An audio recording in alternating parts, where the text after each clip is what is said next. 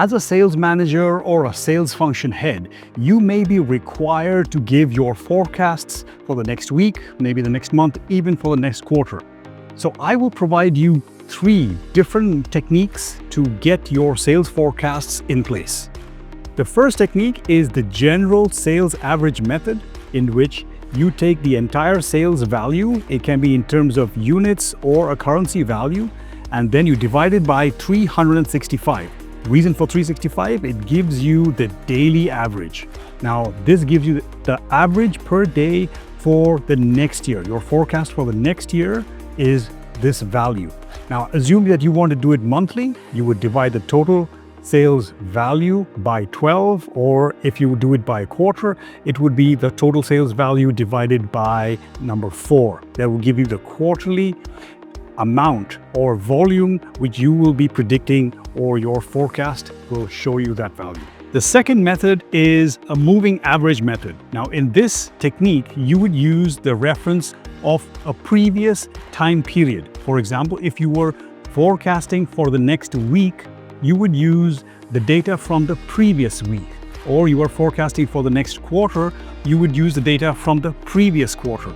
You can also use the data from a year ago as well. For example, if you were predicting for the next quarter, you would compare it first to the previous quarter. Also, you would compare it to the previous quarter for last year. So you would get a better comparison as well.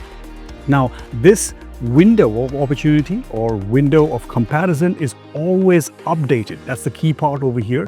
So if you go into the next week, you would use the current week as your reference for the forecast prediction. So always keep updating for the forecasting when you're using a moving average.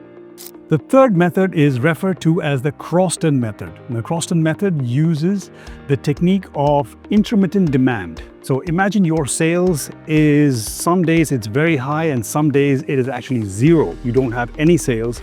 It is better to use the Croston method as compared to the previous 2 techniques that I have mentioned. Now, the Croston method does have the capability to understand the gaps in your demand. However, there are certain limitations with Croston because of seasonal variability. It is not that good. So please be careful when you use Croston method. It is more accurate than moving average or a general average, but it does have its own limitations. So good luck with your sales forecasting prediction.